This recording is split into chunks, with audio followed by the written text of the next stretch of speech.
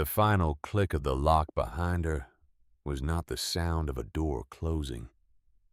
It was the sound of a life ending. Cold, metallic, absolute. It echoed across the porch like the closing of a tomb. And Adeline Thornbury stood very still and let it move through her, because there was nothing left to do but feel it. This was the house where she had been a wife. This was the house where she had become a mother. The boards beneath her feet had held the weight of every Christmas morning, every fevered midnight, when a child cried out, and she came running every quiet evening when her husband's hand had found hers in the dark. And now those boards belonged to another man, and she was standing on them like a stranger, like a beggar, like someone who had wandered up the wrong road and would soon be sent away. Her 2 children pressed against her legs. Silas, 8 years old, held his small body rigid, his chin set in that stubborn line that was a painful mirror of his father's face. He was trying to be a man. He was trying so hard that it broke something inside her to watch. And Della, only 6, had buried her face against Adeline's side. Her little fingers twisted into the worn fabric of her mother's coat, her whole body trembling with a grief far too vast for someone so small to hold. Behind them, in the doorway of the house that was no longer theirs, stood Ambrose. He was the master of it now. The will had been clear drawn up in a season when Everett had not yet learned the true measure of his brother's heart, written in the days when a man could still believe that blood meant loyalty, and that a signature on a page would be honored by the living, the farm, the house, the barn where Everett had taught Silas to hold a hammer, the kitchen where 10 years of a marriage had been built one meal at a time. All of it belonged to Ambrose now. He had given her 1 hour. 1 hour to gather a decade of living into 2 suitcases and a handful of canvas bags. 1 hour to decide what mattered and what would be left behind forever, in rooms she would never see again. Ambrose watched her with his arms crossed over his chest, his face arranged into a careful mask of weary propriety. He wanted her to understand that this was unpleasant for him too. He wanted her to see what a burden it was, this distasteful duty he had been forced to carry out. And when she had finally herded the children out onto the porch and the door had clicked shut behind them, with that final terrible sound, he stepped forward and pressed a thin envelope into her hand. His fingers were cool, dry. They did not linger.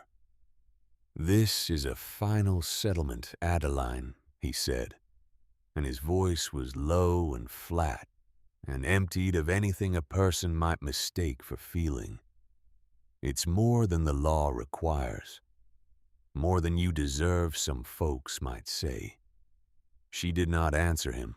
"Find a place in town, or better still, go south. Take the children somewhere warm." He glanced past her out toward the gray ridge line and the iron sky pressing down upon it.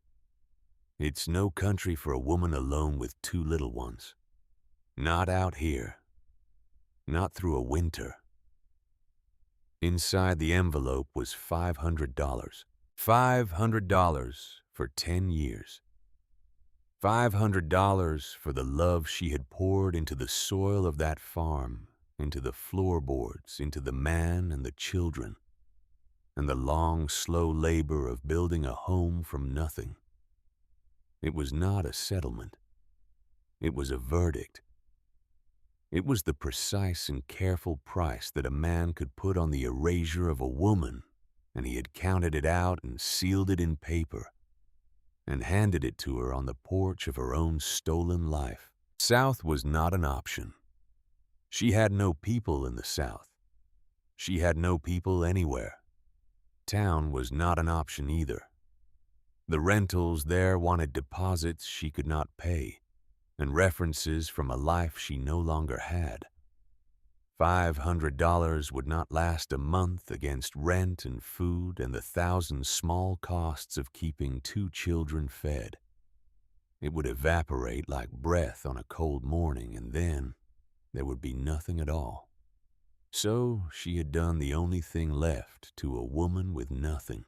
She had walked into the county clerk's office with her 2 children, sitting on a hard wooden bench by the door, their feet not quite reaching the floor, and she had asked to see the list of tax foreclosures, the properties that no one wanted, the land that had fallen out of the hands of the dead, and the ruined and the long gone.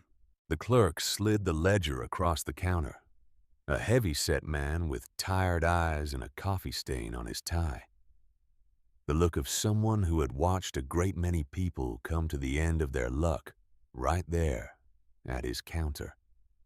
Adeline ran her finger down the column of prices, down past the numbers she could not afford, down and down, until her finger stopped at the very bottom at the cheapest parcel on the entire list.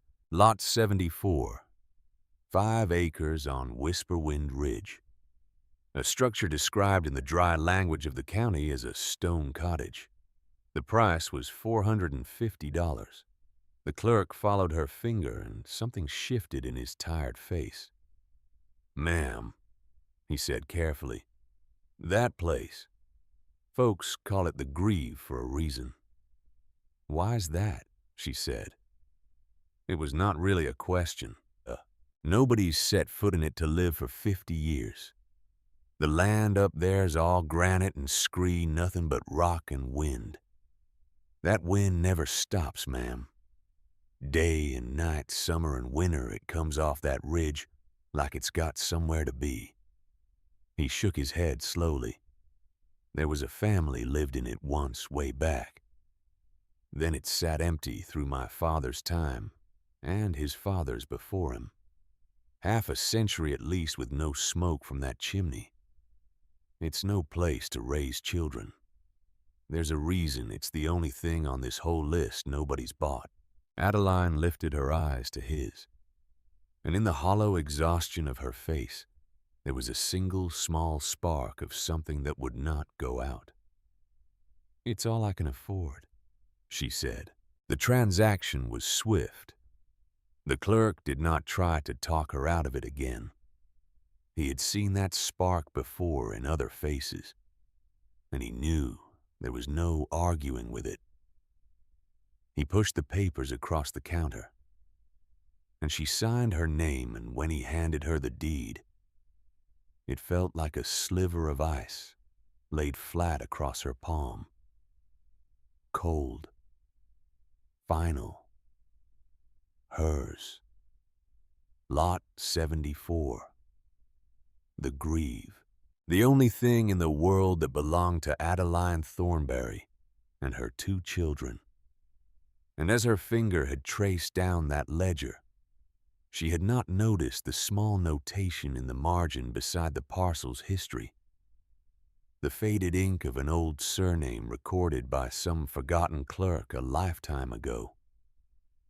A name that meant nothing to her yet. A name that would come to mean everything. The walk up to the Grieve was the final stage of their exile.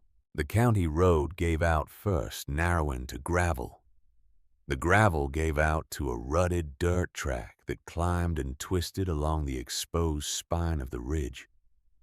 And then even the track surrendered, dwindling to little more than a goat path winding upward through the rock. And they walked it single file with the suitcases banging against their legs and the canvas bags cutting into their shoulders. The wind met them halfway up and never let go. It was not weather. It was a presence, a living thing with intention, a great invisible animal that came howling off the high places and tore at their clothes and snatched the warmth from their bodies and stole the very breath from their mouths before they could draw it in. Della began to cry, and the wind ripped the sound away before it could finish. Silas walked with his head down and his shoulders hunched, one small hand gripping his mother's sleeve, and he did not complain. He had not complained once. That was almost the hardest part to bear. And then they came around the final shoulder of the ridge, and they saw it. The cottage was not a house. It was the suggestion of a house, the memory of one. A low tumble of gray stones clinging to the bare hillside, as though the ridge itself had tried for 50 years to shrug it off, and not quite managed it. The roof had fallen in across half its span, a black wound of rotted timbers and missing slate open to the iron sky. The mortar between the stones had crumbled to nothing, leaving dark gaps in the walls that looked like sores, like the empty sockets of something that had once been alive, and now was not. Around it lay nothing but desolation, granite and scree exactly as the clerk had promised. Tough, wiry grass bent flat by the wind. A few stunted pines gnarled and twisted into agonized shapes by a lifetime of being lashed from the same direction. This was not a home. This was a ruin. This was the end of the road in every sense a person could mean it. And it was then, finally, that Silas broke. The brave set of his small jaw collapsed all at once, his lower lip trembling. And Della took one look at the thing they had walked all this way to find, and began to wail a thin, hopeless sound that the wind tore from her mouth the instant it was born. Adeline sank down onto her knees in the cold dirt and pulled them both against her, one in each arm, and held them while the wind screamed around the three of them. And for the first time, the despair she had been holding back since the lock had clicked shut came washing over her in a great gray flood, cold and vast and bottomless, and it nearly took the last of her down with it. This was her doing. She had brought her children to this place. This was her folly, and this was where it ended. But despair is a luxury. And a mother with 2 children and $450 spent has no money left for luxuries. Morning came as mornings do, indifferent to grief. And Adeline rose with the gray light, because there was no one else to rise. And she began the only work there was, which was the work of staying alive one more day. She spent the last of her money down in town. Flour, salt, a sack of dried beans, a heavy canvas tarpaulin, the cheapest one, and a coil of rope. She carried it all the long miles up the ridge on her own back, because there was no one to help her carry it. And she set about making the ruin into something that would hold the three of them through the nights. The roof was the worst of it. She climbed up onto the rotted timbers with the tarp and the rope, her heart in her throat with every creak beneath her. And she lashed the canvas across the open wound in the slate, while the wind tried again and again to tear it from her hands and pitch her down onto the rocks below. By the time it was done, her palms were scraped raw and bleeding, and she was shaking so hard she could barely climb back down. But the rain, when it came that night, mostly stayed out. She chinked the worst gaps in the walls with a paste of mud and dead grass, working it into the dark wounds between the stones with her bare fingers. It did almost nothing. The wind found 100 other ways in whispering and moaning through the cracks she could not reach. But she did it anyway, because doing something was the only thing that kept the gray flood from rising up again to drown her. Their life narrowed down to the barest bones of survival. Firewood gathered from the stunted pines and the deadfall along the lower slope. Water hauled up half a mile from a sluggish, iron-tasting spring at the bottom of the hill. 2 buckets at a time, her shoulders burning by the time she made the top. And warmth, what little there was of it, huddled together around a small, mean fire on a hearth that seemed to swallow the heat as fast as the flames could give it. The cottage was one large room and a smaller sleeping alcove tucked behind it. The floor was laid with massive, uneven flagstones, fitted together by some long-dead hand, and they were always cold, always damp. A chill came up through them no matter how high she built the fire, a cold that seemed to rise out of the very bones of the earth and settle into the bones of her children as they slept. Grief became a physical thing in those first days. It was the cold in the flagstones. It was the ache in her shoulders and the cracks in her hands. It was the gray of the sky and the gray of the stone, and the gray she felt spreading through the center of her own chest. At night she would lie awake with Silas and Della curled against either side of her, and she would listen to the wind circling the cottage, testing it, scratching at the walls, moaning down the chimney, like a wounded animal searching for a way in. It was the sound of her own heart breaking over and over all night long, and she did not know, lying there in the dark, that beneath the very stones she lay upon, beneath the cold flagstones that chilled her children's sleep, something waited, something that had waited there in the dark and the silence for 50 years and more, something that one man had built and one man had hidden, and that the world above had entirely forgotten. It was a week after they arrived that the storm came, and with it the discovery. The wind that night was vicious, the worst yet, a great gale that came roaring off the ridge and threw itself against the cottage as though it meant to scour the stones from the hillside once and for all. And then it found the chimney. It forced its way down the flue in a sudden violent gust, and the fire belched a cloud of acrid smoke back into the room, choking, blinding, and then went out entirely, plunging them into a frigid black gloom. Della cried out. Silas reached for his mother in the dark. "It's all right," Adeline said, though it was not. "Stay back from the hearth. I'll get it lit." She crawled forward on her hands and knees through the cold ash, feeling her way to the dead fire, her fingers raking through the cinders for an ember that might still be alive. And it was there in the dark, blind her hands buried to the wrist in cold ash, that her fingers brushed against something that was not right. One of the great flagstones at the base of the hearth was loose, not cracked, not merely uneven like the others, loose. It shifted under the pressure of her hand, grinding faintly against its neighbors, a stone the size of a tabletop that had no business moving at all. And something flickered to life in Adeline that she had thought was dead. Curiosity. The first feeling in a week that was not grief or fear or exhaustion.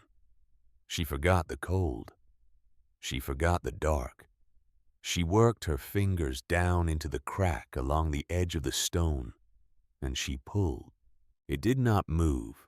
She braced her knees against the hearth and pulled harder, every muscle in her arms and back straining against an immense and stubborn weight.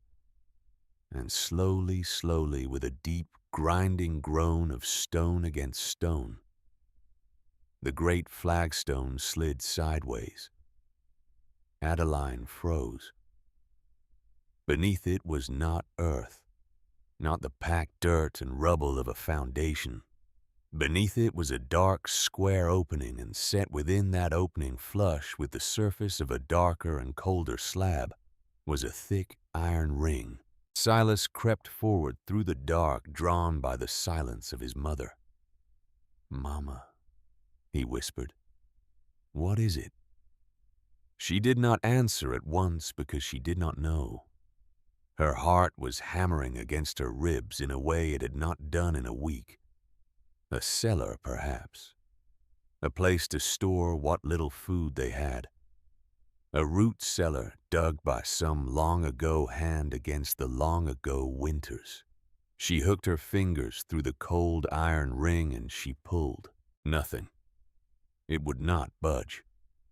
She set her feet, took the ring in both hands, and threw the whole weight of her body backward against it. And with a deep groan of protesting iron, a heavy trap door began to lift.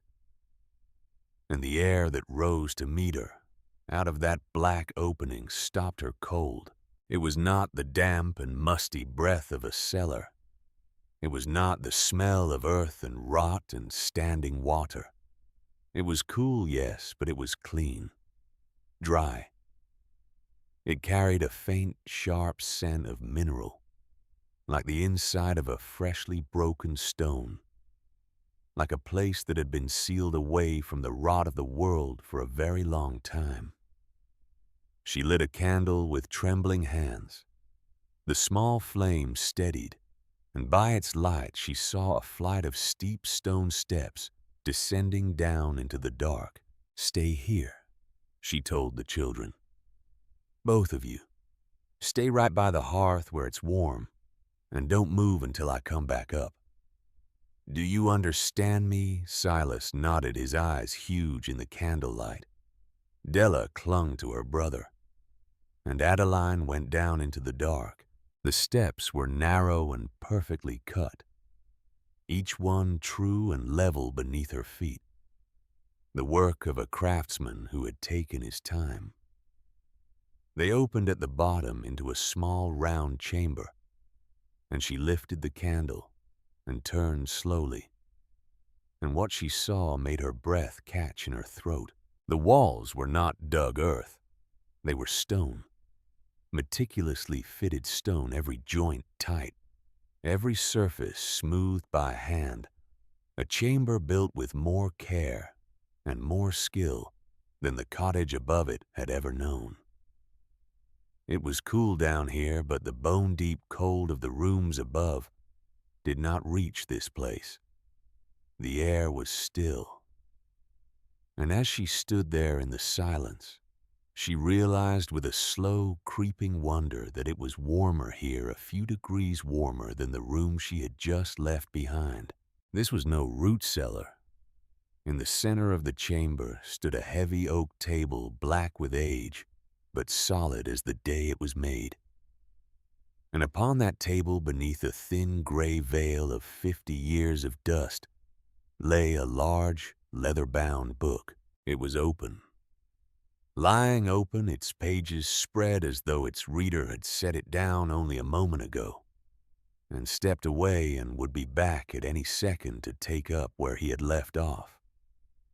The air down here was so still, so utterly without draft, that in 50 years and more not a single page had stirred. Adeline crossed the chamber slowly, the way a person approaches something they are half afraid will vanish. She held the candle over the open book. It was a journal. The ink had faded to the color of old tea, but the handwriting was a marvel, a flowing and precise and elegant script.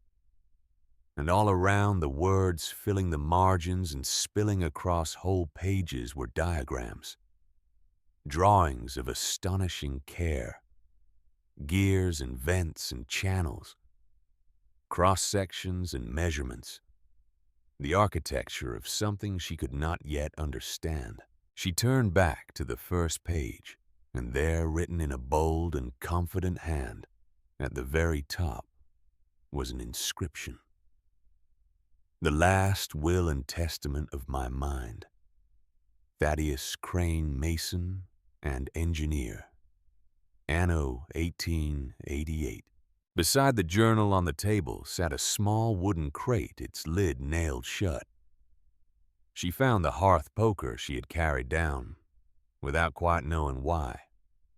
And she pried the lid loose, and inside each one wrapped carefully in oiled cloth, and perfectly preserved against the rot of half a century was a set of tools. Strange wrenches she did not recognize, calipers, levels of a design she had never seen, the instruments of a trade laid away by careful hands and waiting. And Adeline Thornberry sat down at the oak table in the warm, still chamber beneath the cold, ruined cottage, and she forgot the wind, and she forgot the cold, and she forgot the hunger that had become her constant companion.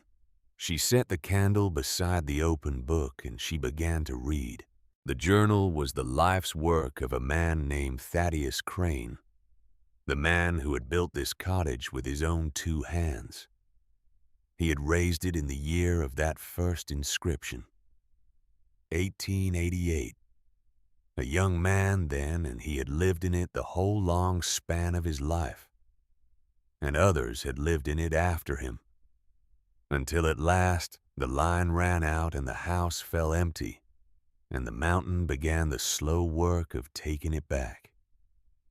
More than 100 years had passed since he set the cornerstone. But the journal spoke to her across all of it, as though he were sitting at her shoulder. He was by his own cheerful admission on the very first pages an eccentric, a man whom the people of his time had not understood and had not tried to, a man who believed something that his neighbors found absurd, even dangerous.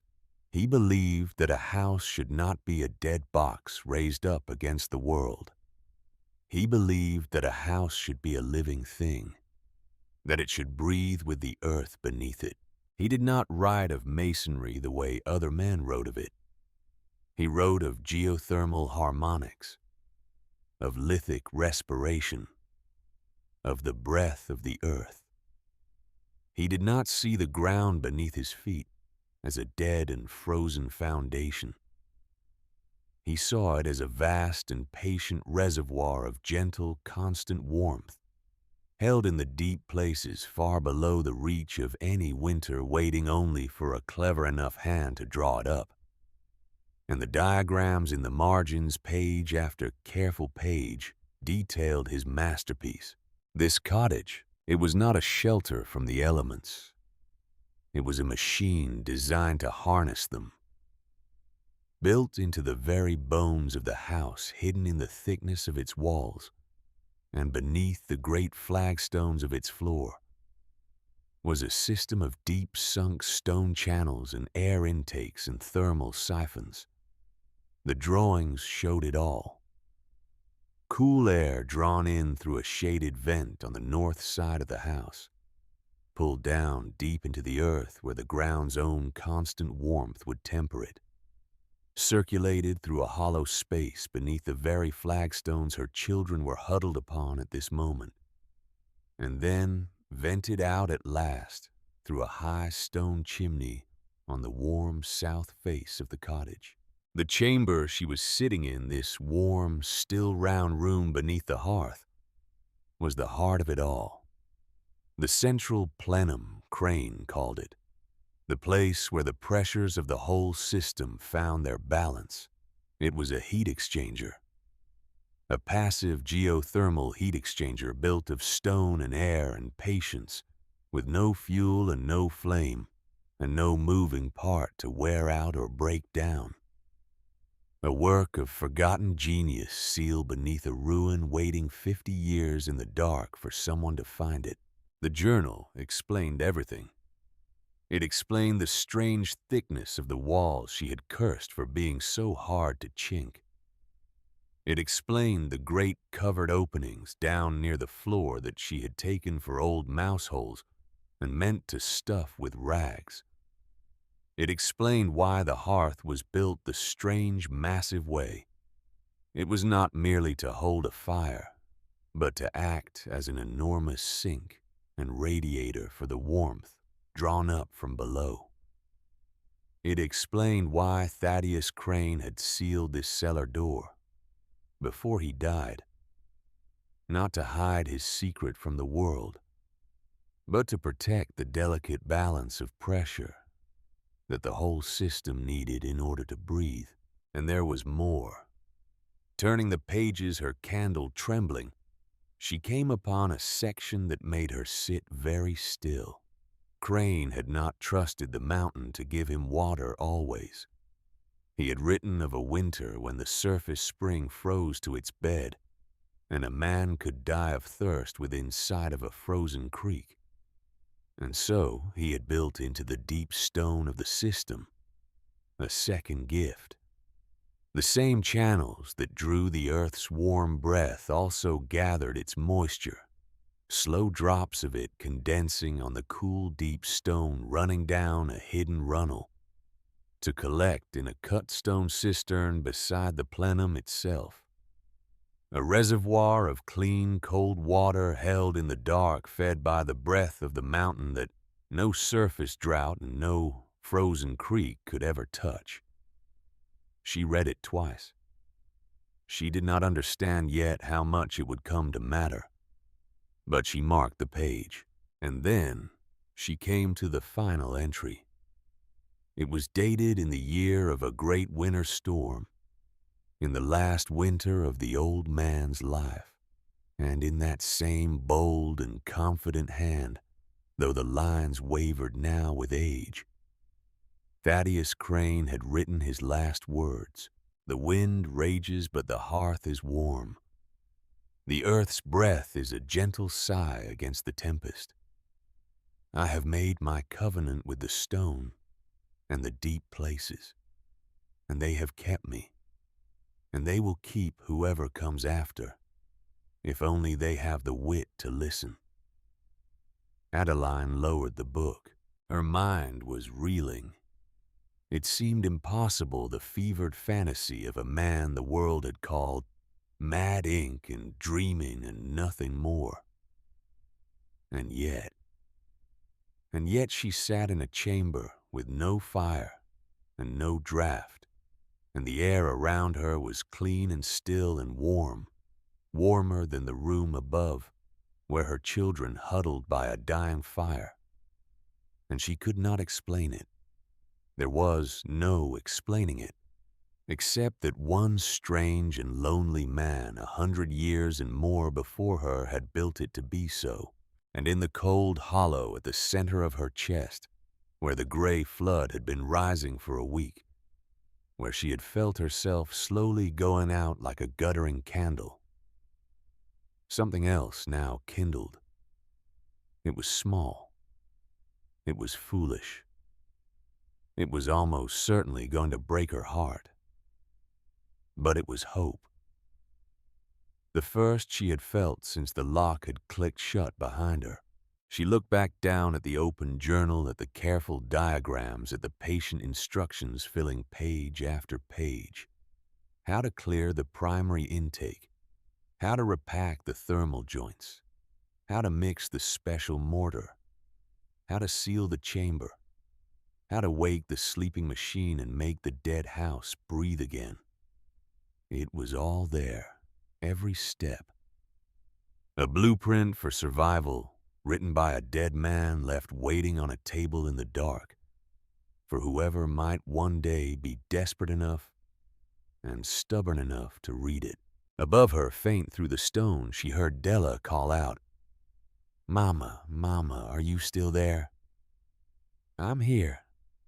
She called back up the stairs, and her voice did not shake the way it had for a week. "I'm here, baby. I'm coming up." She climbed the narrow steps with the candle in one hand and the heavy journal clutched against her chest with the other. And she came up out of the warm dark into the cold, ruined room where her 2 children sat waiting by the ashes of the fire, their faces pale and frightened in the gloom. Silas looked up at her, and something in his mother's face made him sit up straighter. "Mama," he said, "what's down there?" Adeline knelt down between her 2 children and set the heavy book upon her knees, and for the first time in longer than she could remember, the corner of her mouth turned upward. "Away through the winter," she said, "left for us by a man who's been dead 100 years. And tomorrow, Silas, you and I are going to start bringing this old house back to life." Outside, the wind still screamed across the ridge, clawing at the stones, searching for a way in.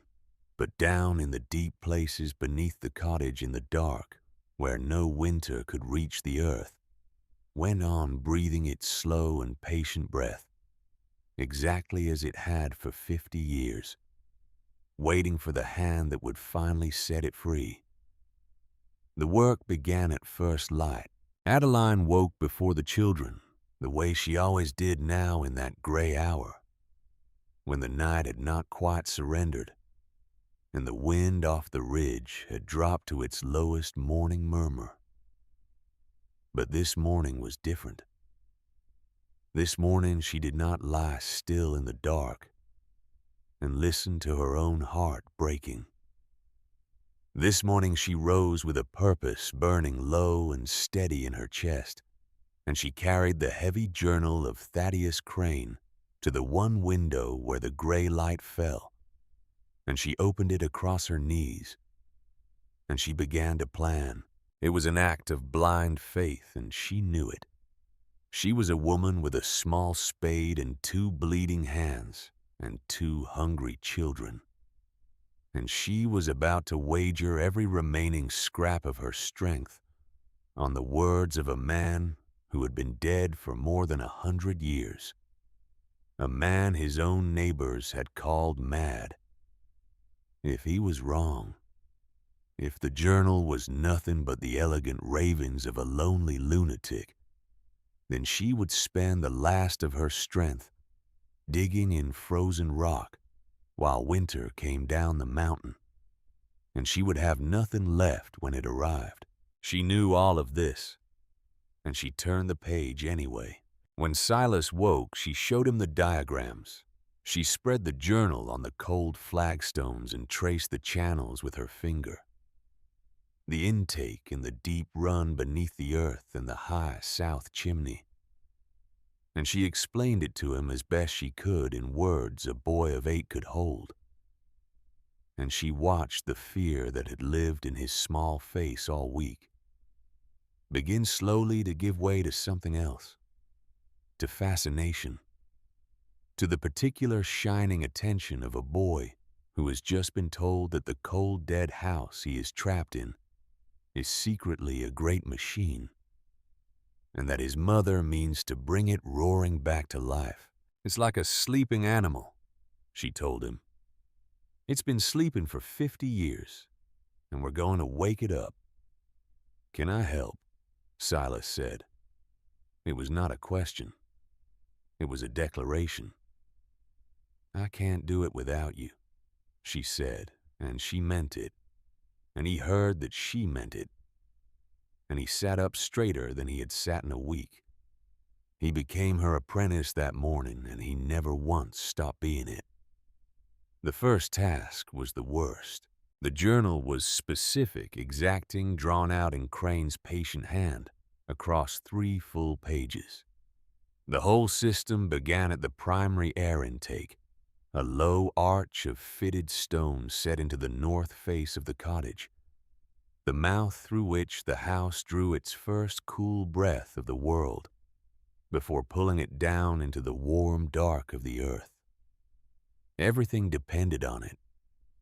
If the intake was choked, the machine could not breathe, and a machine that could not breathe was only a tomb with good intentions. She found it where Crane's hand-drawn map said it would be, or rather, she found where it should have been. Because the primary intake, the throat of the whole sleeping machine, was buried. 50 years of the mountain had come down on top of it. A slow landslide of earth and loosened stone of tangled roots driven down into the gaps by the stunted pines of dead leaves, rotted into black muck and thawed and frozen again into a mass nearly as hard as the rock itself. The arch was gone entirely beneath it. There was nothing to show it had ever been there but a faint hollow in the slope and a single corner of cut stone, no bigger than her hand that Crane's map had taught her to recognize. She had a small spade. She had her two bare hands, and she began to dig. The labor of it was beyond anything she had ever known. The ground was cold and hard and littered with stones that turned the edge of the spade and jarred up her arms into her shoulders. The roots were the worst thick, woody cables that had to be hacked through one fiber at a time.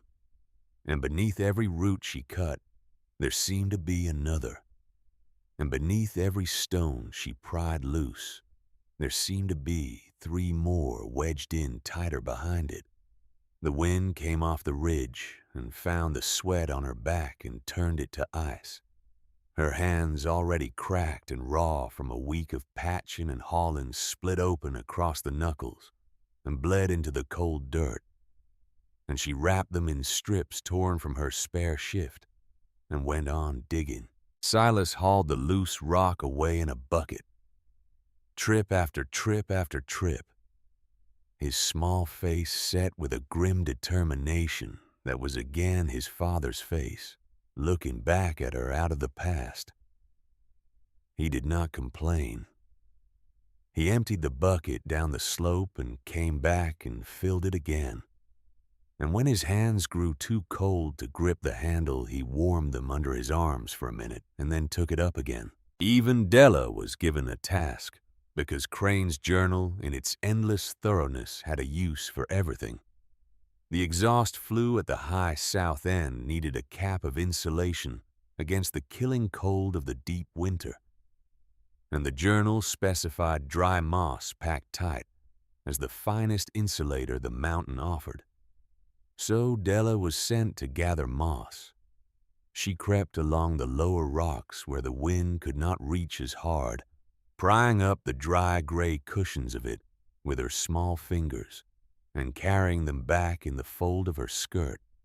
And she stacked them by the door in a growing pile, and she was proud of every handful. For days they worked this way, days that blurred together into one long ache, one long labor of digging and hauling and gathering of cold and hunger, and the wind that never stopped. The pile of cleared earth and broken stone grew beside the cottage like a fresh grave, and slowly, slowly the buried throat of the machine began to come clear. And then on the 4th day the spade struck cut stone. Adeline went down onto her knees in the frozen dirt and cleared the last of it away with her bleeding hands. And there it was, the arch. The primary intake exactly as Thaddeus Crane had drawn it more than a century before, fitted stone set true and square, and waiting the dark mouth of it open at last to the air after 50 years buried. She knelt before it and she could not speak. She put her hand flat against the cold cut stone, and she felt faint and slow the smallest stirring of air drawn inward across her palm. The machine was breathing. Just barely. Just a thread of breath through a throat 50 years choked. But it was breathing. That night she wept, but it was not the weeping of despair. And she did not let the children see. The next phase of the work was finer and stranger, and asked of her things she did not know how to give. The journal called for mortar, not the rough mud and grass paste she had chinked the walls with, but a special mixture, a recipe Crane had set down with the precision of a man writing scripture, because to him it nearly was.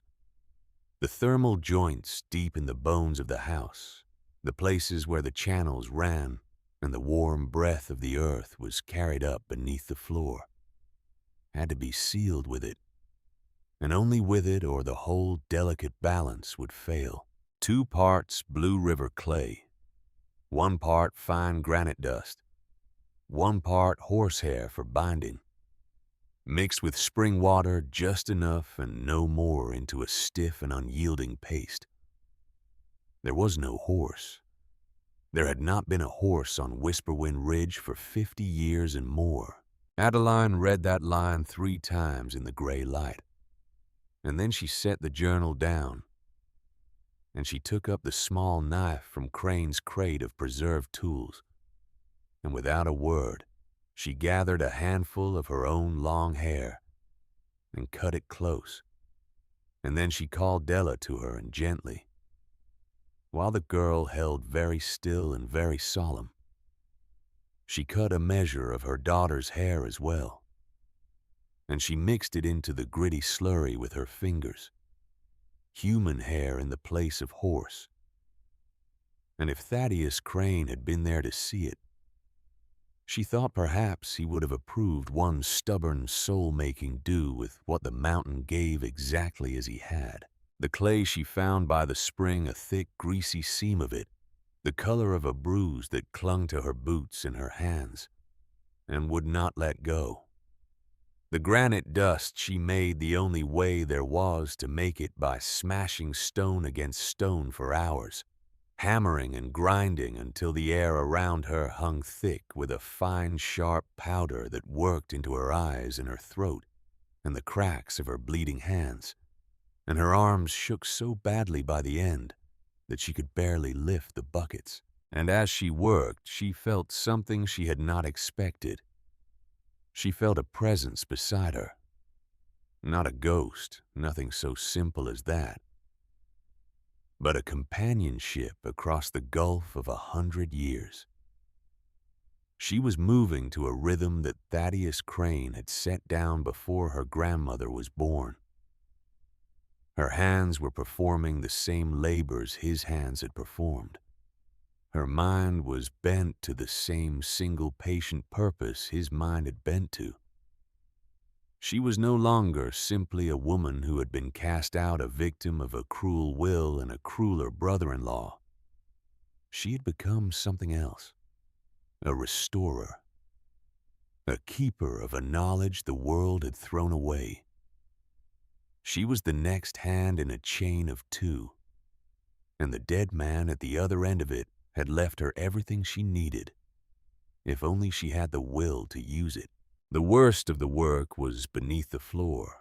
The thermal joints, the journal said, lay in the crawlway that ran beneath the great flagstones, the hollow space through which the warm breath of the earth was meant to move.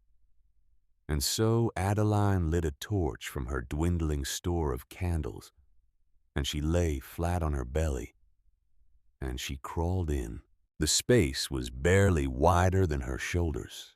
The torchlight threw long, writhing shadows across the underside of the flagstones above her head, close enough to touch, close enough that she could not lift herself more than a few inches off the cold, packed earth. She crawled across.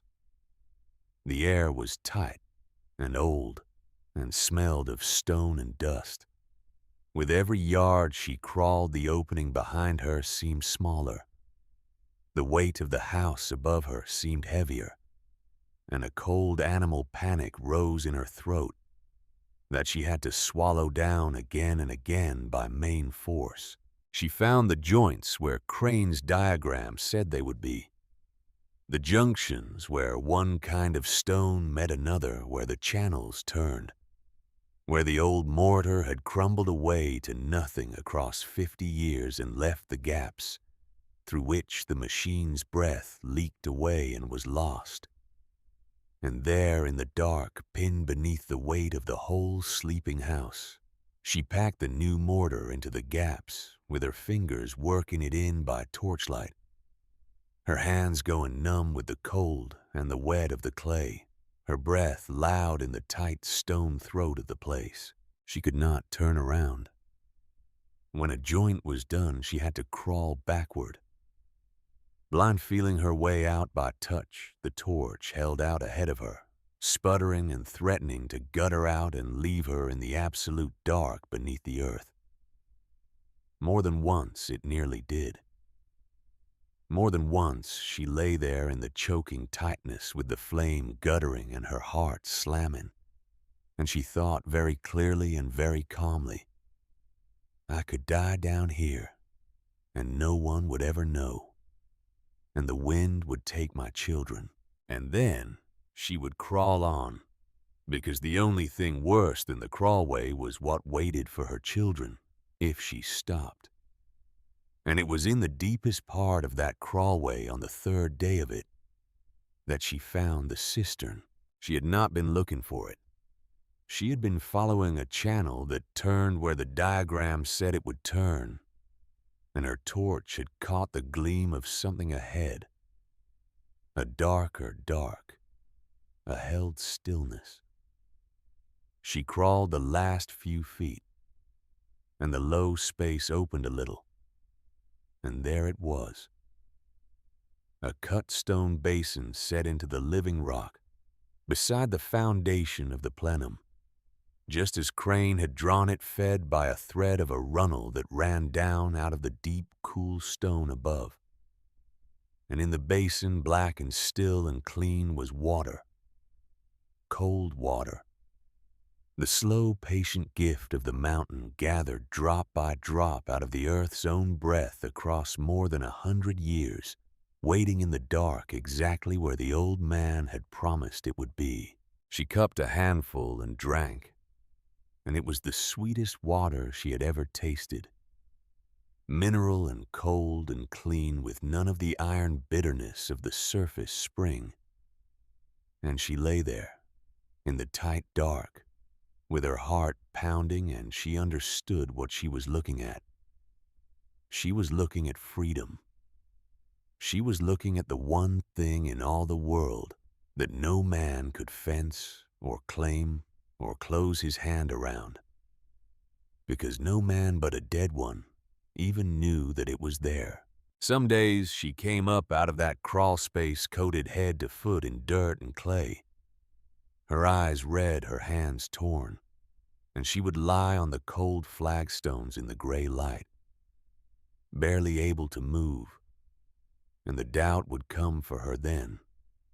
It came for her hardest in those moments of exhaustion. It would whisper that this was madness, that she was spending the last of her strength and her children's hope on the dream of a dead lunatic. That winter was coming down the mountain. She could feel it coming. She could taste it in the sharpening air. And she was packing mud into the underside of a ruin and praying to the ghost of a man the whole county had laughed at. It was during one of these gray hours of doubt that the truck came up the mountain. She heard it before she saw it. The growl of a big engine laboring up the rutted track far below, climbing as high as the track would let it, before the road gave out. Then the slam of a door. Then footsteps picking their careful way up the goat path, the slip and scrabble of expensive boots that were not made for this ground. She knew before she saw him. She knew by the careful, resentful sound of the footsteps. She had not the strength left to rise and meet him standing. So she stayed where she was on her knees by the north wall, with a trowel of clay in her ruined hand, her face smeared with dirt, her hair matted with sweat and stone dust.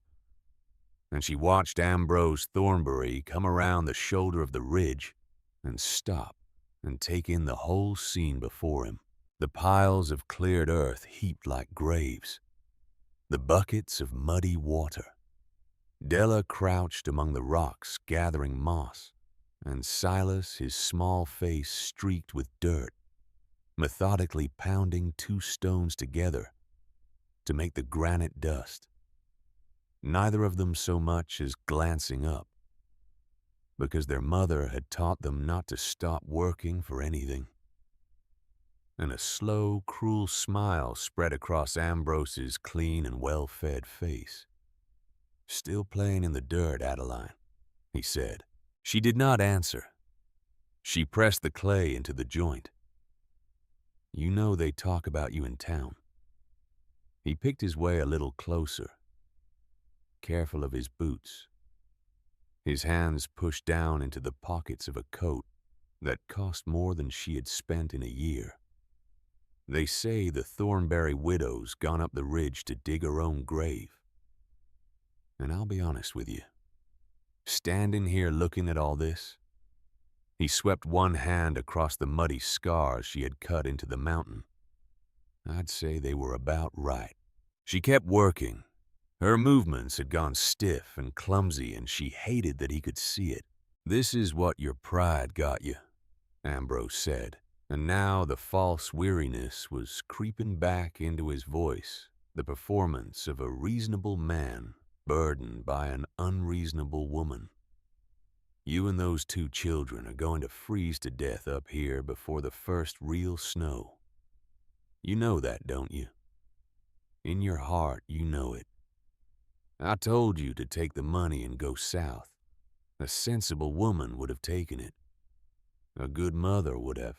The words landed like stones, and each one struck the fragile thing she had built in her chest and cracked it a little further. Because he was the voice of reason. That was the unbearable part.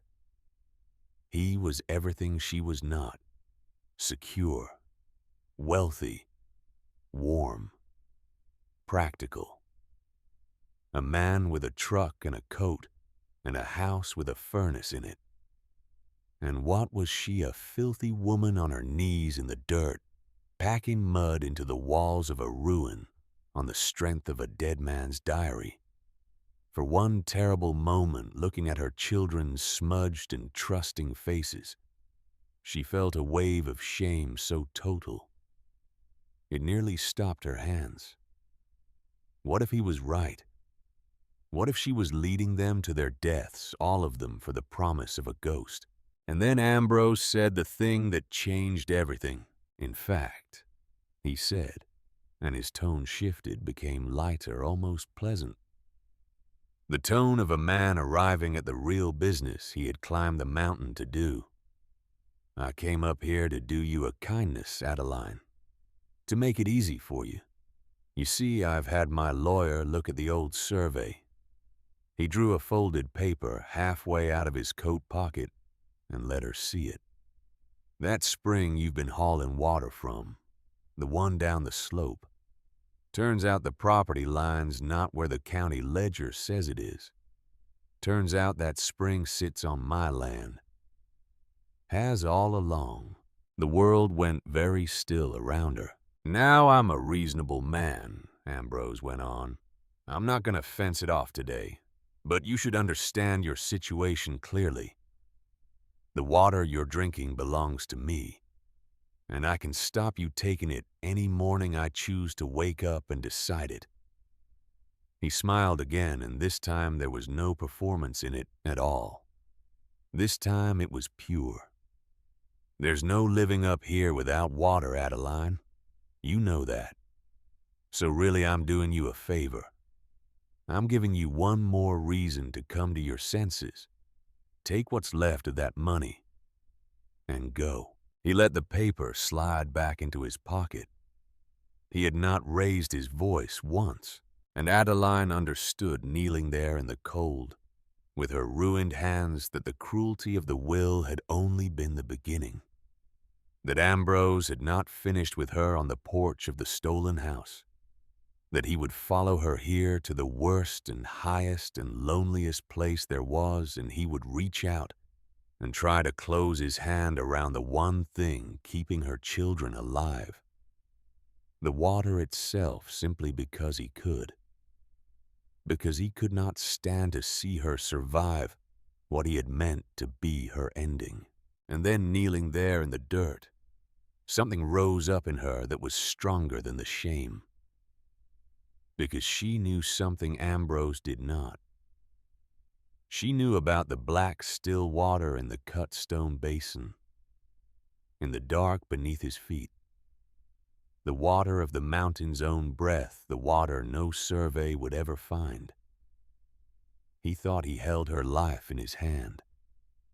He thought the spring was the whole of it. And he was wrong. and the wrongness of it was so complete, so perfect, that she very nearly laughed. She did not answer him. She did not tell him. She let him keep his small, cruel certainty, because a man who believes he has already won stops looking for the thing that will undo him. She turned her back on him, and she pressed the clay into the joint. Ambrose watched her for a long moment. Then he scoffed a short, sharp sound of disgust, and he turned and picked his way back down the goat path toward his truck, his fine boots slipping on the loose stone, and the growl of the engine faded back down the mountain, and the silence that came down after it was heavier and colder than any silence had been before. That night, the old doubt tried one last time to take her. She sat by the small, mean fire with Silas and Della asleep against her, and she let a few tears come silently, so as not to wake them. Because even knowing about the cistern, even holding that secret, closed the loneliness of the fight pressed down on her. It was one thing to know in your mind that you would not die of thirst. It was another to feel in the marrow of you the full weight of a powerful man who wished you gone, and a winter coming down the mountain, and not one soul in the world to lean against. Her eyes fell on the journal lying open on the flagstones in the firelight where she had left it, and on the page that lay open there among the diagrams, Thaddeus Crane had made a small sketch in the margin. It was a wolf curled asleep in deep snow, its nose tucked beneath its tail, the snow heaped soft and white all around it, and beside the little drawing in that patient flowing hand, he had written a single line: "Nature wastes nothing. The wolf does not fight the snow. The wolf lets the snow become its blanket. Its solutions are elegant, and they are eternal. We have only to learn to listen to its quiet wisdom." Adeline read it once, and then again, and something in her went very still. She had been thinking about it all wrong. She had been thinking as Ambrose thought, as the whole world thought, that survival was a battle, that you fought the cold, you fought the wind, you fought the mountain, you fought your enemies, and the strongest won. But that was not what the dead man was telling her. The wolf did not fight the snow. The wolf understood the snow and used it, and was kept alive by the very thing that should have killed it. She was not fighting the cold. She was learning from the earth itself how to live with it. And the water Ambrose thought he could take from her was already hers, drawn up out of the deep places gathered patiently in the dark, by a system that worked with the mountain instead of against it. He had brought her a survey. She had a covenant. The next morning, the doubt was gone from her, and it did not come back. She did not have time to spare for Ambrose Thornbury. She had a machine to wake. 3 weeks after they had first climbed the ridge, the work was nearly done. Every channel had been cleared. Every joint had been repacked with the clay and the granite dust, and the human hair sealed by her own hands in the crawling dark. The buried intake stood open and breathing on the north wall, screened now with the fine mesh she had found in Crane's crate against the leaves and the mice. The exhaust flue at the south end stood clear and capped with Della's dry moss. The cistern in the dark stood clean and brimming, tested and tasted and waiting. The whole sleeping animal of the house had been cleaned and oiled and made ready, and only one thing remained. The cellar door had to be sealed. The heart of the machine, the warm, still chamber where Adeline had first read the journal, had to be closed and sealed against the air, because Crane wrote the whole delicate balance of pressure depended on it. The breath of the earth could only move through the house, If the plenum below was sealed the way a man cannot draw breath through his mouth, if there is a great hole torn in his side. So she and Silas cleaned the heavy iron trapdoor and its stone jamb until they shone. They smeared a thin layer of tallow from Crane's crate around all the edges to make the seal perfect and true. And then together, mother and son, they lowered the great iron door down into its place. It did not clang. That was the thing Adeline would remember. After all the slamming doors, the lock clicking shut behind her on the porch, the trap door groaning up out of the dark, this door did not slam. It settled into its bed of tallow and stone with a soft, deep, profound thud. A sound of completeness. A sound of something fitting at long last exactly where it was meant to fit. The heart was sealed. The machine was engaged. And then there was nothing to do but wait and find out whether she had spent 3 weeks of her life and the last of her strength bringing a dead man's dream to life, or burying her children's only hope beneath a stone. That first night she lit a candle and held it near one of the low floor vents she had once thought were for mice. The flame leaned. Steadily, gently it leaned inward, drawn by a slow current of air. She could not feel against her skin, but could see in the bending of the small flame, drawn in and down into the deep dark places where the earth's warmth waited. The house was breathing, but breathing was not the same as warm. She told herself that lying awake that long first night, with the children curled against her, a man can breathe and still freeze.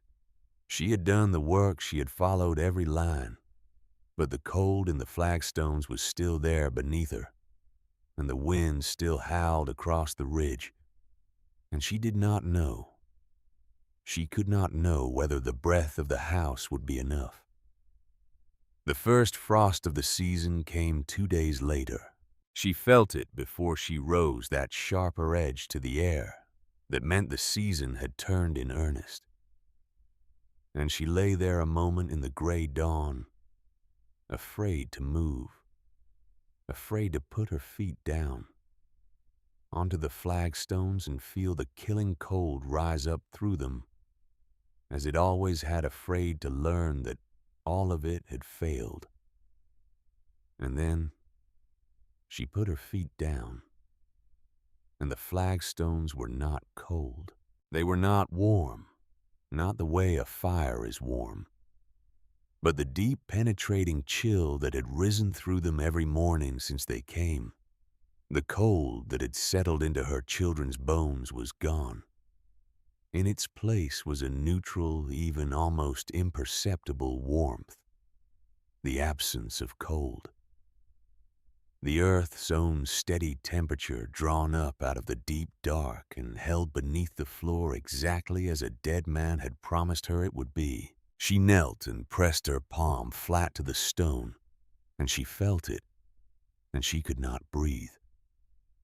She set the cheap thermometer she had bought down in town on the oak table that had stood empty all these years. She propped open the door for a moment and read the air outside, just above freezing. Then she shut the door, and she waited, and she read the air within. 52 degrees, no fire, not a single stick of wood burning. 52 degrees held steady against a freezing dawn, a constant living warmth drawn up from the unchanging heart of the earth by a machine of stone and air that one lonely man had built more than 100 years before, and that one stubborn woman had brought back from the dead with her own bleeding hands. The children woke to it. She watched them wake, watched Silas stir and then go still with confusion, watched him press his small hand flat to the flagstone, the way he had seen his mother do. and look up at her with his eyes gone round. Della crawled out from the blankets and did not shiver. She sat on the warm stone floor in her thin nightdress and played her fingers and toes pink and warm, and she did not understand that anything had changed. And that was the most beautiful part of all. To a 6-year-old, warmth was simply how the world was supposed to be. She had forgotten already that it had ever been otherwise. The oppressive sense of a hostile cold pressing in from every side, the feeling that the very stones were their enemy, was simply gone. And in its place came something Adeline had not felt since before the lock clicked shut. The feeling of being held, of being kept. The cottage that had seemed a prison and a tomb had become instead a shelter. The stones that had threatened them now protected them. The covenant Thaddeus Crane had made with the deep places was holding across the gulf of 100 years, and it was keeping them exactly as he had written it would. It was a few days later that the old man came up the path. She saw him from a long way off. A tall, weathered figure picking his way up the goat track. Without hurry, a burlap sack slung over one shoulder. She knew him. Obadiah Whitlock, an old farmer whose land bordered the valley below the ridge, a man of few words with a face as creased and weathered as the stone fences that crossed his fields. He was the only soul in the whole county who had given her a kind word, a single quiet nod of acknowledgement in the clerk's office on the day she signed the deed, when everyone else had looked at her with pity or contempt. He stopped at her door and his eyes crinkled at the corners as he looked at her. "Saw no smoke," he said in a voice like gravel turning over. "Day like this, no smoke from a chimney. Figured I'd best come check on the little ones." He had come up the mountain expecting to find them freezing. She understood that at once. He had come expecting to find a foolish widow and 2 cold children, and to offer them a ride down to the shelter in town before the weather turned for good. It was the kindest thing anyone had done for her in a very long time, and he had done it expecting the worst. Adeline did not say anything. She simply stepped back and opened the door wide and gestured for him to come inside. Obadiah Whitlock stepped across the threshold, his brow furrowed with concern, and then he stopped, dead still 1 step inside the door, his head tilted the way a man tilts his head when he hears something that should not be there. Slowly he took off his hat. Then he pulled off his thick gloves 1 finger at a time. He reached out and laid his bare hand flat against the surface of the stone wall. Then he knelt his old knees cracking, and he pressed his palm flat to the flagstone floor, and a look crossed his weathered face that Adeline would remember for the rest of her life. A look of pure, dumbfounded wonder. He did not understand the how of it. He was not an engineer. He had never read Thaddeus Crane's journal.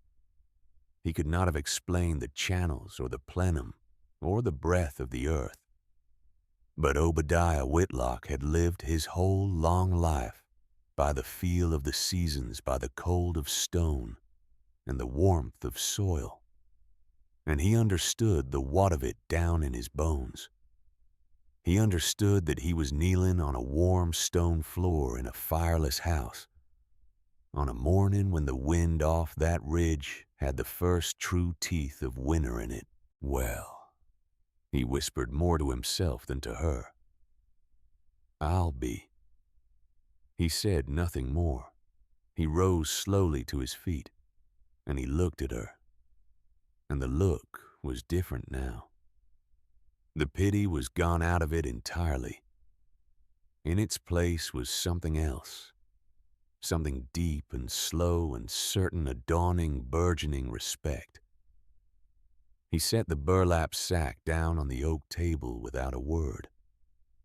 Then he gave her one last, long, searching look, settled his hat back on his head, and went out the door and back down the mountain. Inside the sack were potatoes, carrots, a thick slab of cured bacon, a glass jar of his wife's apple butter, the lid screwed down tight. It was the first gift she had been given, the first sign from the world below that her folly might be something other than folly. And Adeline stood in her warm, fireless house with the sack in her arms and let herself believe for one moment that they were going to make it. She did not know yet how soon or how terribly that belief was going to be tested. The whispers from the sky began 2 weeks later. The radio was her one thread to the world, and it had begun to crackle with warnings that grew more dire by the day. A weather system of historic proportions was descending out of the far north. A polar vortex, the men on the radio called it, their voices tight with the particular excitement of people delivering very bad news from a safe distance. They spoke of record-breaking cold, of temperatures the valley had not seen in living memory. They spoke of hurricane-force wind. They spoke of snow measured not in inches, but in feet. Down in the town, she would learn later, people boarded their windows and stripped the shelves of the store and lined up at the fuel depot. They braced for a bad storm the way mountain people know how to brace. But no one, not one soul in that whole valley was truly ready for the thing that was coming down out of the north. Adeline stood in the doorway of the cottage with the dead man's journal in her hand and felt a tremor of fear move through her. But it did not take her the way fear had once taken her, because beneath it, steady and deep as the warmth in the stones beneath her feet, was something else now. She had done the work. She had cleared the throat and sealed the heart and woken the sleeping machine. She had placed her faith in the quiet wisdom of a man dead 100 years, and the earth had answered her with warmth. And the water she would need was already drawn up and held in the dark beyond the reach of any storm or any man. Now the great test was coming down the mountain to meet her. And some part of her, the new, hard, stubborn part that had been forged in 3 weeks of bleeding labor, was almost ready for it. She brought in the last of the firewood, not for warmth now, but only for cooking. She drew water from the deep cistern, vessel after vessel, the clean, cold gift of the mountain that no survey of Ambroses would ever touch, and she set it by in the warm dark. She checked the seal on the cellar door one final time, ran her fingers around the rim of tallow, felt the soft completeness of it, and then she gathered her 2 children to her in the warm heart of the stone house, and together they stood in the doorway and watched as the northern sky came down the mountain toward them, and the whole world began slowly to disappear into white. The blizzard did not arrive the way a storm arrives. It arrived the way an army arrives. It came down off the northern ridges in the last gray hour of the afternoon, and the first thing it sent ahead of itself was the wind. Not the familiar wind of Whisper Wind Ridge, the wind that had clawed at the cottage every day since they came. This was something else entirely.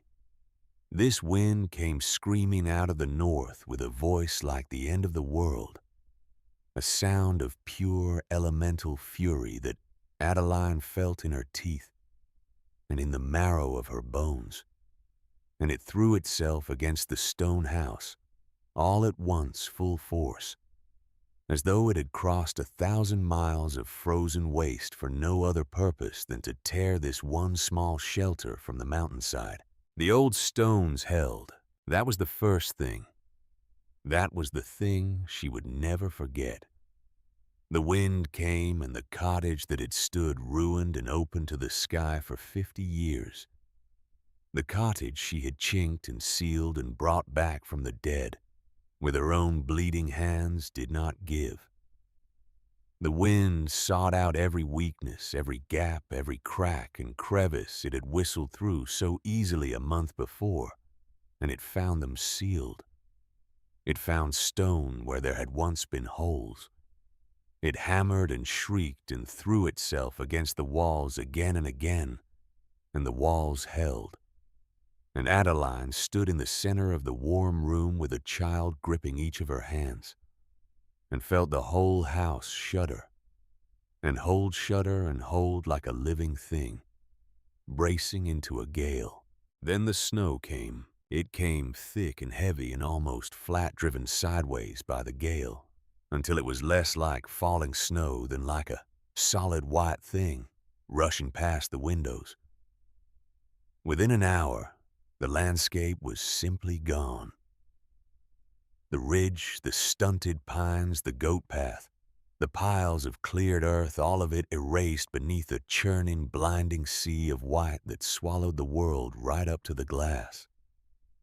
The windows frosted over and then packed solid, plastered with ice and driven snow, and the gray light failed, and the inside of the cottage sank into a strange perpetual twilight, a dim blue dusk that would not change now whether it was noon or midnight outside. The world out there ceased to exist. There was only the roar of the wind, endless, and the small, secure space within the stone walls, and the three of them. And inside that space, against all sense, against everything the howling fury outside seemed to promise, there was peace. The machine did not care about the storm. That was the marvel of it. The breath of the earth came up out of the deep places exactly as it had on the calm, clear days, slow and steady and indifferent, drawn from a warmth so far below the surface that no wind that ever blew could touch it. While the blizzard screamed its song of death against the windows, Adeline set the cheap thermometer on the oak table and watched the red lines settle and hold. 53 degrees. Outside, the radio had said the temperature was falling toward depths the valley had not known in 100 years. Out there, a man would be dead in an hour, dead in less if the wind found him. And inside the cottage, the air was mild and still and clean, 53 degrees held as steady as a heartbeat, with not one stick of wood burning in the cold, dead hearth. They made a life inside the storm.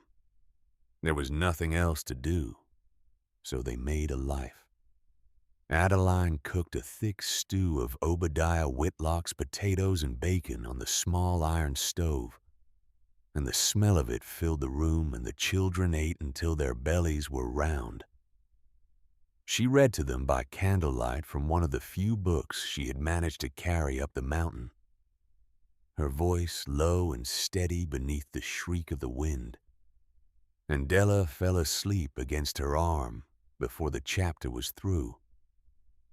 They were an island of warmth and light and full bellies in the very heart of a thing that was at that moment killing the unprepared all across the valley below. Now and then Adeline would rise and press her palm flat against the interior wall the way Obadiah had done, the way she did now, without quite knowing why.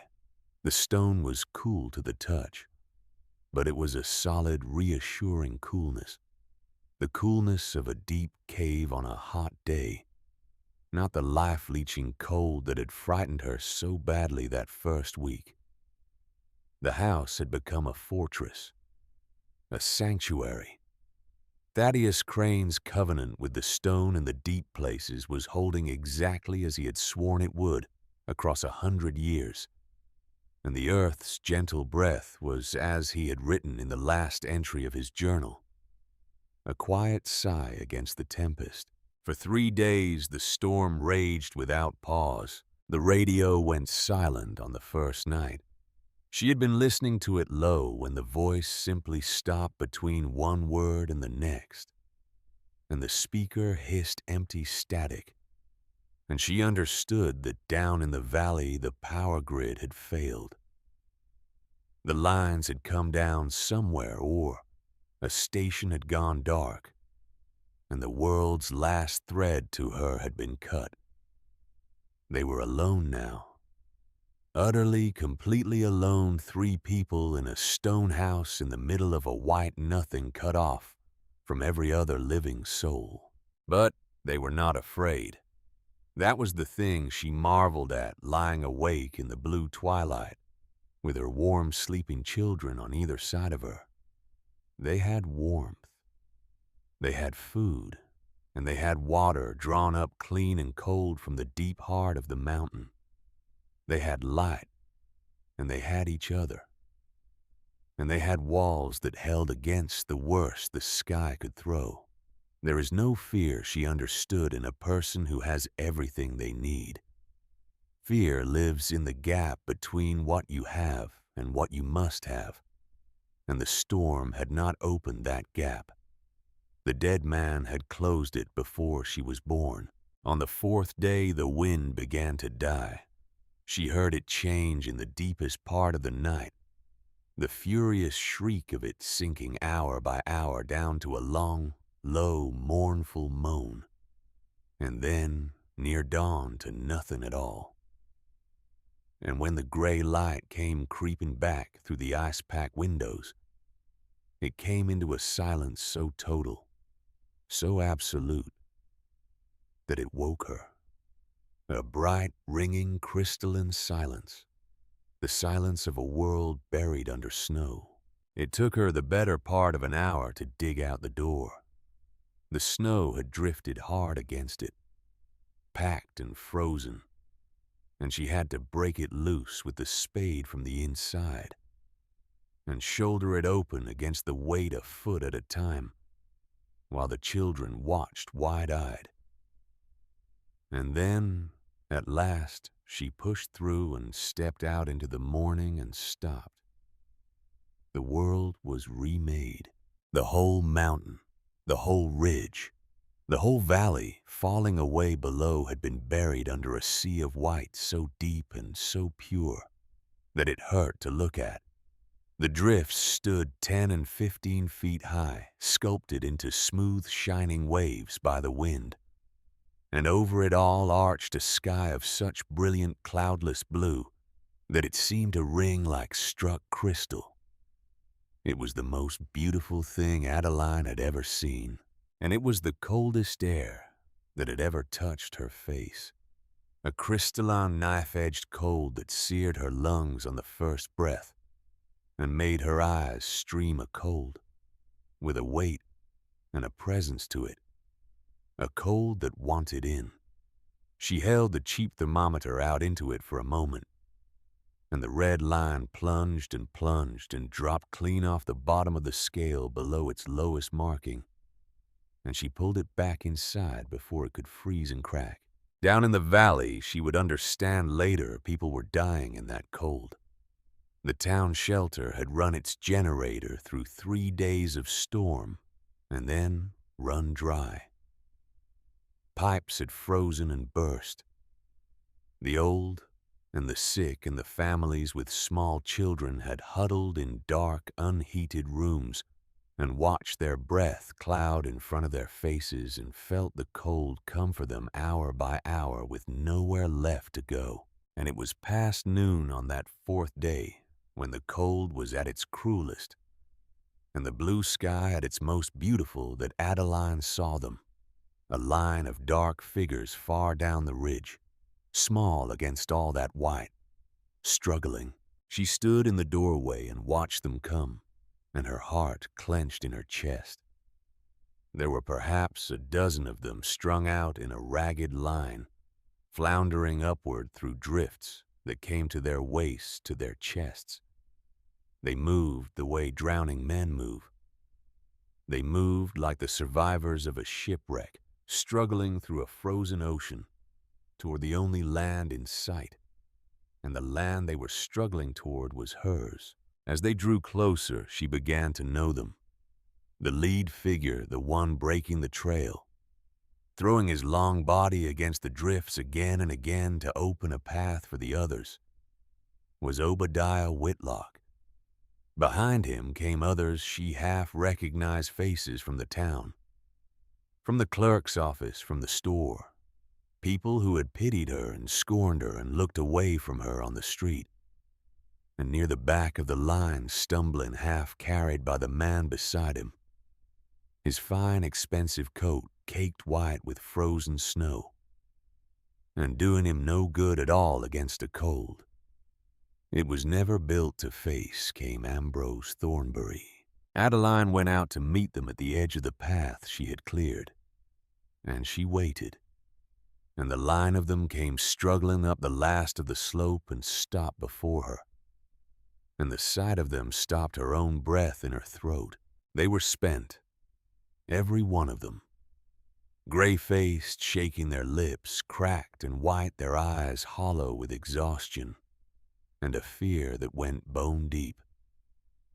They had walked through a killing cold to reach her, and it had very nearly killed them.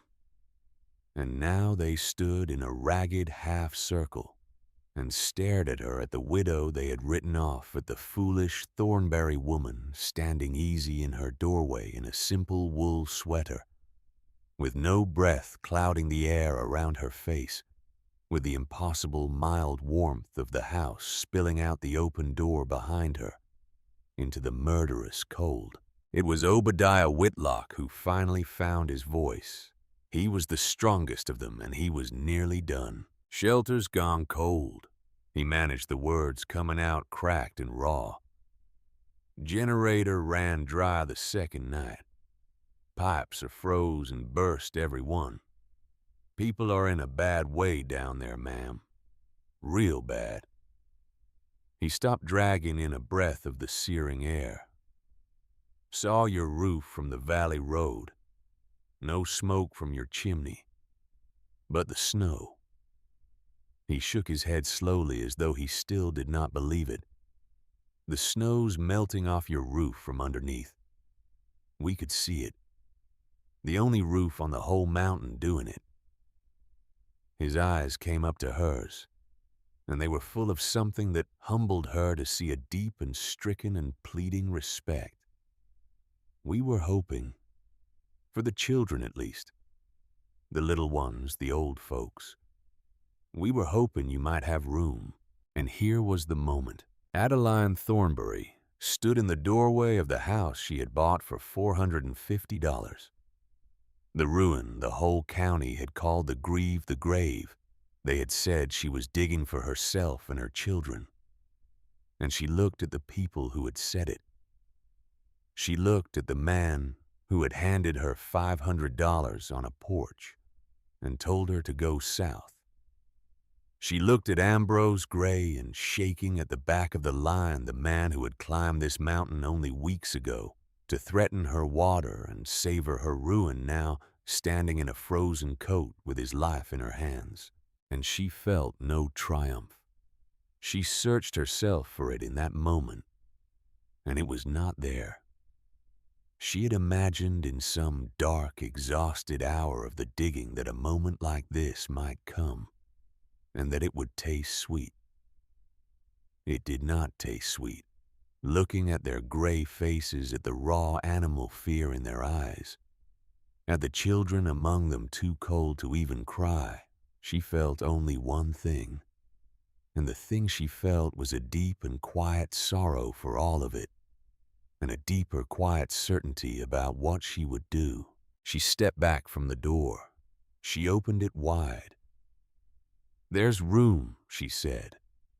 Her voice was calm, and it was steady, and it carried across the snow.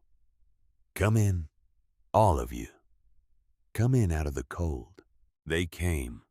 One by one, stumbling, weeping, some of them, they came up the cleared path and across the threshold and into the gentle, constant warmth of the house. And Adeline watched each face change as it crossed that line, watched the disbelief break across them as the mild air closed around them. And they understood finally and fully what she had built up here in the wilderness while they pitied her. They shed their frozen coats with shaking hands. They knelt and pressed their palms to the warm flagstone floor, the way Obadiah had done, the way she had done. And they looked up at her with their eyes streaming, and not all of it was from the cold. She put them to work gently the way she did everything now. She handed out the blankets she had. She set Silas to ladling hot broth from the pot on the iron stove. And the boy did it with a quiet, grave competence that made more than one of the townsfolk look twice. She drew water for the parched and the failing from the deep cistern, clean and cold and plentiful. And she did not say where it came from. And no one thought to ask, because a person dying of cold and thirst does not interrogate the cup that saves them. She moved among them with a calm that came from somewhere very deep, and she gave them what she had. And her hands and her steadiness said everything that needed saying far better than any words of vindication could have. She did not say a single thing about the porch, or the $500, or the South, or the grave. She did not need to. The warm stone floor said it for her. And then Ambrose, who had been sitting wrapped in a borrowed blanket against the far wall, his arrogance stripped from him by 3 days of fear and one murderous walk, made the mistake of trying to find it again. "We need to organize this," he said. His voice was shaky, but he reached for the old authority, the tone of a man accustomed to being obeyed. "We'll need a system. Rationing. We can't just let people use up the food and the water with no accounting. I'll take charge of the supplies and we'll—" "Be quiet, boy." The words came from Obadiah Whitlock. The old farmer had been sitting near the hearth, watching Adeline move among the suffering, with that look of deep reverence on his weathered face. And now he turned his head slowly and fixed his gaze on Ambrose, and his voice, though low, carried the absolute unanswerable weight of a man who has lived 80 winters and is done pretending he has not. "You're a guest in this house," Obadiah said. "Same as the rest of us, you hear me? This is her house. Every stone of it she set right with her own 2 hands, while you sat warm down in the valley and told the whole town she dug her own grave." He let that hang in the silent, warm room for a moment. "And I heard what you did. Heard you climbed up here to take her water from her. The water." He shook his head slowly. "She is the reason every soul in here is going to see tomorrow morning instead of freezing in a snowbank in the dark. The water in that cup in your hand came from her. So you will sit there, and you will drink it, and you will be grateful, and you will show this woman the respect she is owed." No one spoke, and then softly from around the room came a low murmur of agreement. The townsfolk, the ones who had scorned her, looked at Ambrose, and then they looked at the cup in his hand, and then they looked at Adeline standing quiet in the warm light, and something shifted in that room that could never shift back. The old order. The order of names and money and convention. The order in which a man like Ambrose Thornberry sat at the top and a penniless widow sat at the very bottom, simply dissolved. Here in this house, on this mountain, in the teeth of this winter, none of it meant anything at all. Here the only thing that bought a man his life was the quiet, stubborn wisdom that had kept the house warm and the water flowing. And that wisdom belonged to her. Ambrose looked down at the cup in his hand. the cup of clean, cold water she had given him, the water he had tried so hard to take away. And his face went red, and then it went pale. And then he dropped his eyes to the warm flagstone floor, and he pulled the borrowed blanket tighter around his shoulders, and he said nothing at all. He had nothing left to say. He was a humble man now in the oldest and hardest meaning of the word, brought low not by a blow but by a kindness he did not deserve and could not refuse. In the days that followed, the grieve became a beacon. The storm had passed, but the cold did not break, and the valley below remained dark and frozen and broken for a long time. So Obadiah Whitlock and the strongest of the men working under Adeline's direction rigged a sled from old boards and ferried the most vulnerable up the mountain to the only warm place left in the world. The elderly first, then the families with the smallest children. The single great room of the cottage grew crowded shoulder to shoulder, but not one person among them complained, because warm and crowded is a paradise to a person who has been cold and dying, and they all knew it. Adeline organized it all. She had become, without ever raising her voice, the unquestioned center of it. With the help of the other women, she set up a communal kitchen at the little iron stove and stretched the meager supplies Obadiah's bacon and the town's salvaged stores into enough to keep 24 people fed. She drew water for all of them from the deep cistern day after day, and it did not fail, because the mountain's patient breath had been filling that basin drop by drop for more than 100 years, and would go on filling it long after they were all gone. She found warm corners for the sick. She kept the children occupied. She moved through the crowded warm room like the steady heart of the place, and the people who had once looked away from her on the street now turned toward her the moment she entered a room the way plants turn toward the sun. She was no longer the outcast of Whisperwind Ridge. She had become, in the space of one terrible week, the heart of a community that the blizzard itself had forged in the crucible of that warm stone house. When the thaw finally came weeks later, when the roads were cleared at last and the world began to move again, the people went back down the mountain to their homes and their broken pipes and the long work of putting the valley back together. But they did not forget. They could not have forgotten if they tried.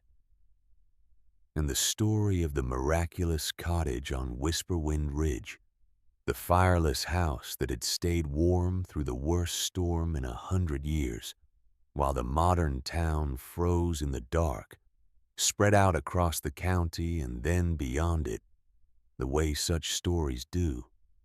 And it did not stop spreading. Engineers came, architects from the state capitol, men with degrees in instruments, and a great deal of skepticism drove up the cleared road and climbed the ridge to see the thing for themselves. They came expecting a fraud, or a coincidence, or a foolish rumor grown tall in the retelling. And Adeline Thornbury, no longer a frightened widow, but a woman grown calm and certain in her own knowledge, met them at her door and walked them through it. She showed them the journal of Thaddeus Crane. She showed them the diagrams, the channels, the sealed plenum beneath the hearth, and the deep cut stone cistern that had given clean water all through the storm. She walked them out to the north wall and showed them the buried intake she had cleared with her own hands, and she led them along the path of the earth's slow breath, the deep run, the hollow beneath the flagstones, the high south flue.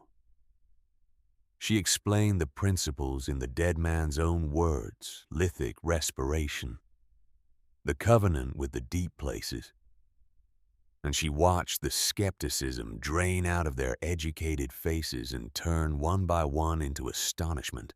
They took their temperature readings, they drew up their schematics, and they went away shaken, because what they had found on Whisperwind Ridge was not a fraud and not a coincidence. It was a marvel, a work of passive design so elegant and so sound that it embarrassed them, a technology both ancient and revolutionary, rooted in the simple, immutable laws of physics and thermodynamics that their whole modern world had forgotten in its long love affair with furnaces and fuel, and complicated things that broke. Thaddeus Crane had understood 100 years and more ago something that all their schooling had taught them to overlook. And a widow with no schooling at all had proven him right by surviving where the modern town nearly died. It was the town council in the end that gave the house its new name. They came up the mountain in the early spring, the council members and the minister, and a good many of the people Adeline had sheltered, and they stood in the warm room that had saved their lives. And the oldest among them said what they had all come to say. The Grieve was a name for a grave, a name the frightened and the ignorant had hung on the place because they did not understand it and were afraid of what they did not understand. It was not a grave. It had never been a grave. It was the warmest hearth in the whole county, the heart that had kept them all alive. And so they struck the old name from the rolls and entered a new one in its place. And from that day, the house on Whisperwind Ridge was called the Hearth House, and no one ever called it anything else again. Adeline became in the months that followed something she could never have imagined on the day the lock clicked shut behind her. A consultant, a teacher. The town humbled and grateful and ashamed of how it had treated her. Raised funds to help her share what she knew, and she traveled the county and then the region, teaching the principles of the dead man's journal, showing people how to retrofit their cold, drafty houses, how to build new ones that breathed with the earth instead of fighting it. The knowledge that had nearly died, sealed in a chamber beneath a ruin, began through her to spread out into the world and do good. And there was the matter of Ambrose. He could not stay. That was the simple truth of it. He had stood at the top of that valley his whole life on the strength of his name and his money and his stolen farm. And now there was not a soul in the county who did not know what he had done. They knew about the porch. They knew about the $500. They knew that he had climbed the mountain to threaten the water of the woman who had then filled his cup from her own hidden well and saved his life when the cold came for him. The survey he had waved at her, the folded paper, the lawyer's line on a map, all of it had turned to ash in his hands, because the whole valley had seen now that her water had never depended on his spring at all, and his one weapon against her had been revealed for the empty bluff. It always was. He could not walk into the store without feeling it. He could not stand in church without feeling it. The respect he had built his whole life upon was simply gone. And a man like Ambrose Thornbury cannot live in a place that no longer respects him. So he sold the farm. The farm that should have been Adeline's, the farm Everett had meant for his wife and his children before he learned too late what his brother truly was. Ambrose sold it and took his money and left the valley, and he did not come back. And with a loan from the town, she had saved a loan they pressed upon her gladly. Adeline bought it. The whole farm, the house where she had been a wife and a mother, the porch where the lock had clicked shut behind her, all of it hers again at last. But she did not move back into it. That was the thing that surprised everyone, and it should not have, because Adeline and her children were already home. The cold ruin on the ridge that the county had called a grave had become the warmest and safest place she had ever known, and she would not leave it now for any house in the valley. So she did something else with the farm instead. She turned the big farmhouse, the house Ambrose had thrown her out of, into a school, a community learning center dedicated to sustainable building and self-sufficiency and the quiet wisdom of working with the world instead of against it. And in the front room, in a glass case where every visitor would see it. First, she laid the journal of Thaddeus Crane open to the page, with the sketch of the wolf asleep in the snow. The man the county had called mad and driven into lonely obscurity 100 years before had his name spoken with reverence now by every person who walked through that door. His genius restored his covenant, honored at last. She had given that back to him. It was the only thing she could give a dead man, and she gave it gladly. One evening in the late spring, when the snow was long gone and the high meadows of the ridge had come alive with new green, Adeline sat on the small stone porch of the hearth house and watched the day end. Below her, in the soft gold light of the gloaming, Silas and Della were chasing fireflies through the tall grass, their laughter ringing out clear and high across the slope. The laughter of children who have everything they need and not one fear left in the world. The wind that still came across Whisperwind Ridge. The wind that had once been a predator clawing at her walls was only a wind now. A gentle thing. A whisper moving through the grass and the pines. The slow, easy breathing of the world settling toward night. She looked out over the land she had once cursed, the land the clerk had called. Nothing but granite and scree. And she did not see a wasteland anymore. She saw the intricate hidden architecture of her own salvation. She saw the deep channels in the patient stone and the slow warm breath of the earth. The deep cistern in the dark, gathering its drops one by one. The thing that had been there all along beneath everything, waiting only for someone with the wit and the will to listen. She had been given nothing. A thin envelope on a porch and a closing door. She had been cast out into a wasteland with 2 children and $450, and told to go and die quietly somewhere out of sight. And in that wasteland she had found everything. A home, a purpose, a community, a name spoken with respect, a warmth and a water that no winter and no man could ever take from her again. And she had not found it by fighting the world. That was the thing she understood now, sitting on the warm stone in the fading light. The thing the dead man had been trying to tell her from the very first page. She had not won by being harder than the cold, or stronger than the mountain, or crueler than the man who had cast her out. She had won by learning the way the wolf learns, the way Thaddeus Crane had learned 100 years before her, to stop fighting and start listening. To find the warmth and the water that were already there deep down in the unchanging heart of things.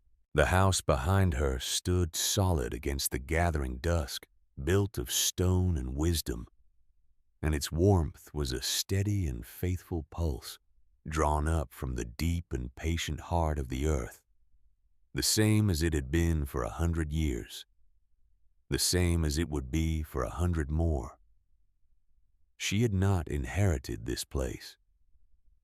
No will had granted it to her, no man had given it, no law had handed it down. She had built it back from a ruin with her own two hands, guided by the ghost of a lonely genius who had known the oldest truth there is, that the greatest strength of all is not found in defiance of the world. It is found in harmony with it. Adeline Thornbury sat on the porch of her home and watched her children chase the last light across the mountain. And she was warm, and she was safe, and she was exactly where she belonged.